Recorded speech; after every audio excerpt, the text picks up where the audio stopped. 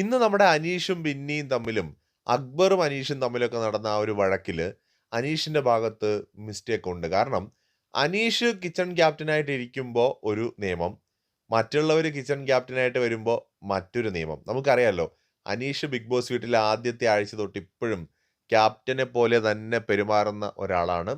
ഇപ്പൊ ബിന്നി കിച്ചൺ ടീമിൽ ക്യാപ്റ്റൻ ആയിരുന്ന സമയത്ത് അനീഷ് കിച്ചൺ ടീം ക്യാപ്റ്റൻ അങ്ങനെ മാറി നിൽക്കാൻ പാടില്ല, ഇറങ്ങിപ്പോകാൻ പാടില്ല, കൂടെ നിന്ന് ജോലി ചെയ്യണം എന്നൊക്കെ പറഞ്ഞ് ഭയങ്കര പ്രശ്നങ്ങൾ ഉണ്ടാക്കിയ ഒരാളാണ്. ശരിയാണ്, ബിന്നിയുടെ ഭാഗത്ത് ഒരുപാട് വീഴ്ചകളൊക്കെ വന്നിട്ടുണ്ട്. പക്ഷേ ആ അനീഷ് ഇപ്പൊ കിച്ചൺ ക്യാപ്റ്റനായിട്ട് നിൽക്കുമ്പോൾ അദ്ദേഹം കാണിച്ചു കൊടുക്കണം എങ്ങനെയാണ് ക്യാപ്റ്റൻ പെർഫോം ചെയ്യേണ്ടതെന്ന്.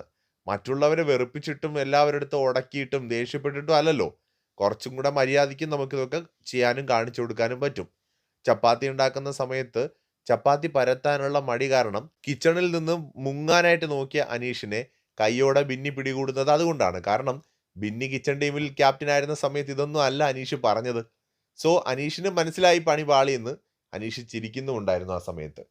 സോ അനീഷിന്റെ കേസിൽ എന്താണെന്ന് വെച്ച് കഴിഞ്ഞാൽ, അനീഷിന് ഇപ്പം നന്നായിട്ടറിയാം ഏറ്റവും കൂടുതൽ ഫാൻ ബേസ് ഉള്ള ആള് താനാണെന്ന്. അതുകൊണ്ട് തന്നെ അതിൻ്റെ ഒരു ഓവർ കോൺഫിഡൻസ് അനീഷിനുള്ളതായിട്ടാണ് എനിക്ക് തോന്നുന്നത്.